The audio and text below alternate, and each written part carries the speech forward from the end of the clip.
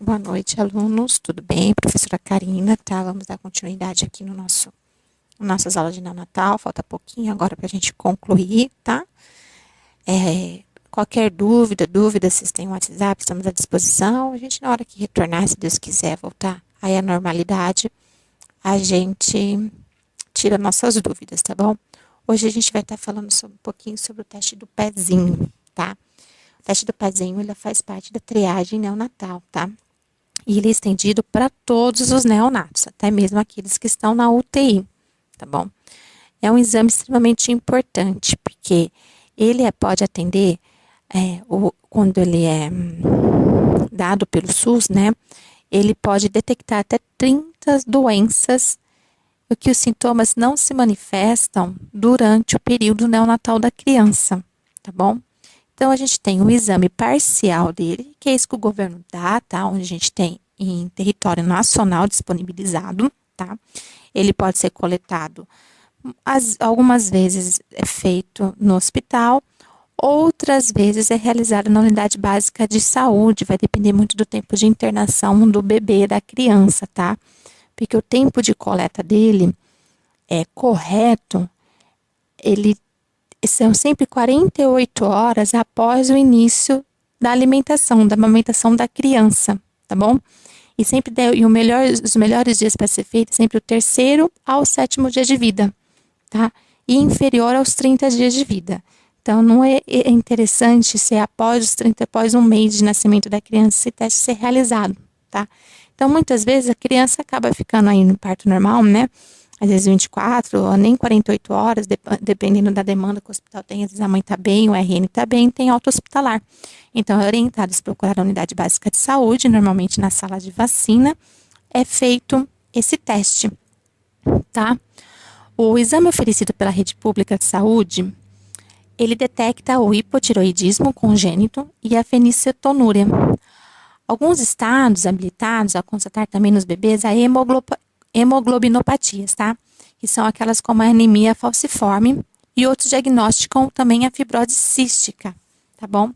Os laboratórios particulares, já como falado, o teste do pezinho permite identificar até mais de 30 doenças antes que seus sintomas se manifestem no RN, tá? Esse exame muitas vezes causa nos pais certas expectativas, que vai doer. Então, muitas vezes a gente tem que manter a tranquilidade mais do pai do que do bebezinho. É lógico que o bebê, ele vai sentir um desconforto, né? Porque não é uma agulha normal, é uma lanceta que a gente usa para perfurar o calcanharzinho do pezinho do nenezinho, né? Então, às vezes nos pais, isso acaba ocasionando uma frustração, um incômodo, que tá doendo, então eles acabam ficando mais nervosos do que o próprio RN, que nem sabe o que está acontecendo, né? O exame do pezinho, ela deve ser ressaltada para as mães, tá? Que a gente deve orientá-la a procurar um posto de coleta pública ou laboratório da rede privada de saúde, quando você tem condição, tá? Tudo na vida da gente é através de informação. O pai e a mãe de um bebê, como é tudo novo, como a gente já conversou, tem um mundo de coisas aí acontecendo novas para ela aprender, principalmente quando é o primeiro filho. Então, quando a gente orienta esses pais, né, explica a importância do exame, o procedimento que será realizado com o seu RN, com o seu bebê, né, como será feito, para que ele serve, quando a gente orienta, esclarece as nossas ações, fica mais fácil a contribuição desses pais, tá? O que acontece muito também com o exame do pezinho, que muitas das vezes os pais não vão buscar até a unidade hospitalar ou até a unidade de saúde o resultado desse teste, tá? Bom, sendo que muitas vezes quando dá-se alterado, o próprio laboratório entra em contato com essa família, tá? Para chamar para um outro novo teste, né? Ter a contraprova dele. Aí também a gente tem que fazer um reforço bem dado na questão da ficha cadastral da criança, tá bom? Então, o nome do pai, da mãe, O endereço da criança é importante estar atualizado, tá? Data de nascimento, o número de nascido vivo dele, tá? É importante que a gente esteja atento a essa ficha cadastral, tá bom? Então, a primeira coisa que a gente tem que fazer com o pai é orientar, esclarecer o que é o exame, para que serve o exame, qual a sua importância do exame, tá? E mostrar para ele, explicar como esse exame será realizado, tá? É um exame indolor, mas que causa um certo desconforto, lógico, né? Ninguém gosta de ter sua pele furadinha, né? Imagina um bebezinho que está ali no seu conforto com o colinho da mamãe. Importante que a mãe, ela segura esse RN que ela tem, porque o RN no colo da mãe está sentindo o seu respirar, o seu cheiro, então aquilo acalma o bebê na hora de fazer o exame, tá bom? Dentro da segunda etapa, a gente tem aquela busca ativa, tá? Que é o acompanhamento do resultado e localização do RN e sua família. Por isso que a ficha cadastral da criança é tão importante estar atualizada, estar registrada com os dados corretamente. Normalmente é um caderninho só para o teste do pezinho, que a gente tem todas as informações corretas. Telefone, endereço, nome do pai e da mãe, nome do RN, número de nascido vivo, né? Data de nascimento desse RN, o sexo desse bebê, tá? Tudo ali registradinho, tá bom? Para que a gente, se a mãe não vir buscar ou alguém não conseguir entrar em contato, a gente tem como às vezes localizar pelo endereço, localizar pelo telefone. Hoje tem 1000 maneiras de se localizar, tá bom? Então, a segunda etapa do processo todo é o acompanhamento do resultado e localização do RN de sua família, principalmente se o resultado da triagem tiver alguma alteração, tá? Porque às vezes, muitas vezes, alguns testes diagnósticos nas quais se diferenciam os resultados positivos dos falsos positivos. Então, é necessário a gente repetir esse exame. E lembra que a gente falou que não pode ser acima dos 30 dias, ou seja, após o primeiro mês do bebê? Então, é importante que essa contraprova ela seja realizada antes disso mesmo, tá bom? Alguns laboratórios demoram um pouquinho mesmo, de 15 a 30 dias para poder sair esse resultado, tá? Então, aí vai depender muito do setor que está sendo feito, de cada estado, de cada instituição, tá bom? O tratamento, quando der algum resultado positivo, ele é monitorado por uma equipe multidisciplinar do serviço de referência em triagem neonatal por toda a vida da criança, tá? Então, ela vai ter toda a assistência, a mãe vai ter todas as instruções de como que ela deve, a partir daí, levar toda essa situação, o tratamento, tudo certinho, tá? O procedimento, ele não é difícil, porém, ele demanda um pouco de atenção, tá? Primeiro que a gente vai ter que fazer é a realizada preenchimento do cadastro com todas as informações para facilitar o acesso e, se necessário, uma segunda convocação dessa criança, que nós já conversamos, tá? No segundo, a orientação, se vocês olharem aí no slide, as orientações para a realização do teste são transmitidas ao responsável, inclusive sobre a forma correta de posicionar o bebê no seu colo para a realização do procedimento. O RN e seu responsável são encaminhados para uma salinha reservada, tá? Então, não é feito dentro do quarto, é uma salinha reservada, tranquila, né? Sem ar-condicionado, pois o frio pode interferir no fluxo sanguíneo desse bebezinho, né? Diferente, é claro, se a gente estiver dentro de uma unidade de UTI, tá? Lembrando nesse ponto também, da gente esclarecer o exame para os pais, para a gente acalmá-los também, deixá-los menos ansiosos para tudo isso, tá? Todo o material ele deve estar previamente separado em uma bancada ao alcance do profissional para a realização do procedimento, tá?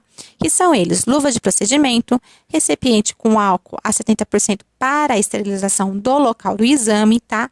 A lanceta estéril, algodão e papel e o filtro com os círculos pontilhados definindo a região da coleta, tá?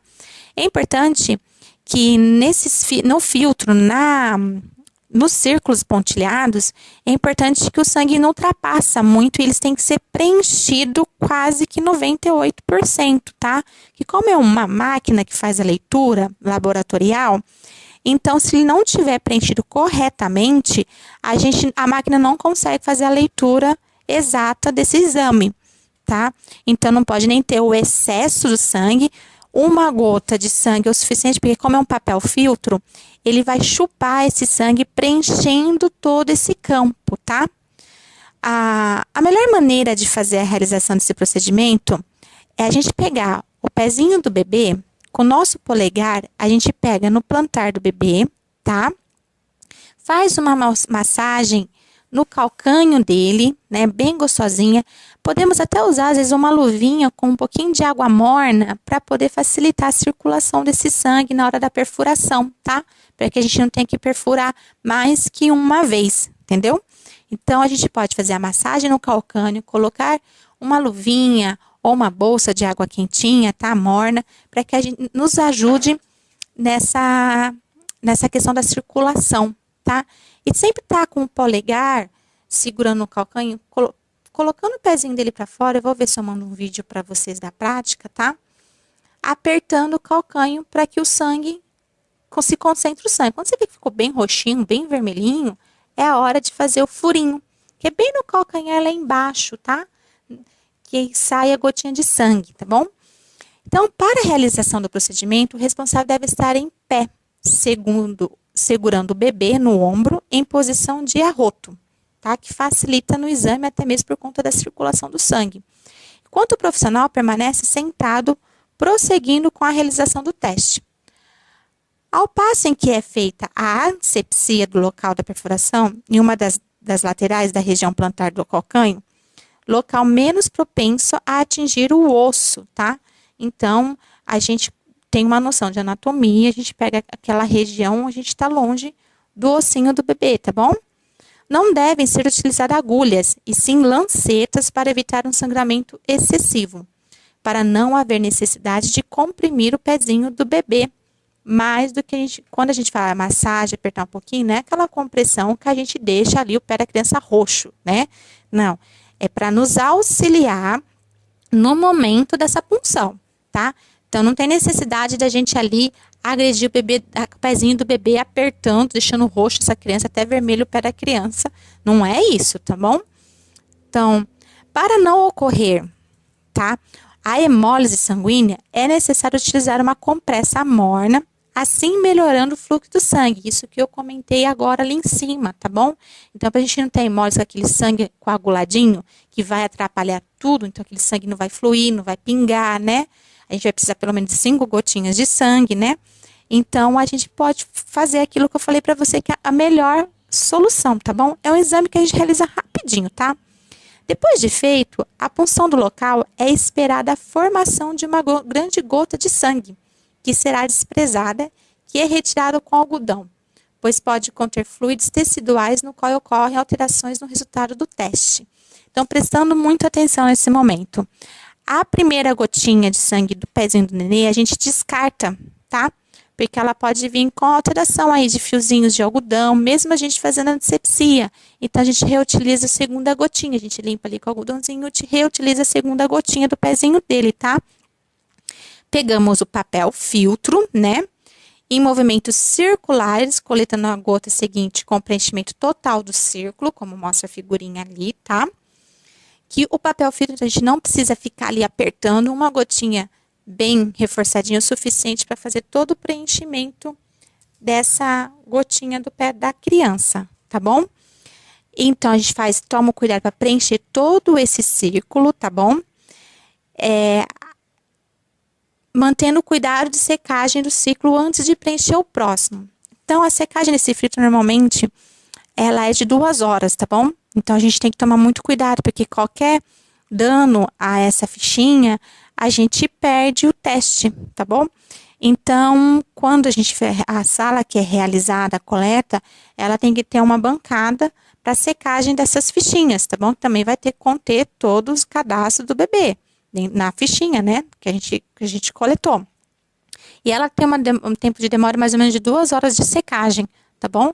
Para que esse sangue não borre, porque qualquer alteração a gente perde a ficha, a gente perde o exame, tá? E depois a unidade laboratorial responsável, ela vem retirar, tá bom? Eu vou tentar mandar para vocês um vídeo prático sobre isso, para ver se facilita vocês. Espero que vocês tenham entendido, tá? Qualquer coisa estou disponível para estar respondendo vocês, tá bom? Isso é uma experiência nova para mim também. Vocês sabem que eu não sou muito íntima dessas questões tecnológicas, estou me esforçando bastante para ajudar vocês também, tá bom? Após a aula, tem alguns exercícios aqui, são 5 exercícios para vocês fazerem, tá bom? Para vocês não deixarem a gente ficar ativo, tá? Aí vocês respondem numa folha, separa, assim que iniciar as aulas, eu vou retomar, vou pegar esses exercícios, tá bom? E a gente vai acrescentar em termos de nota, tá bom? Então, até a nossa próxima aula, fiquem com Deus, né? Tudo vai passar, isso vai passar, e a gente se vê em breve, tá bom? Um grande beijo para todos.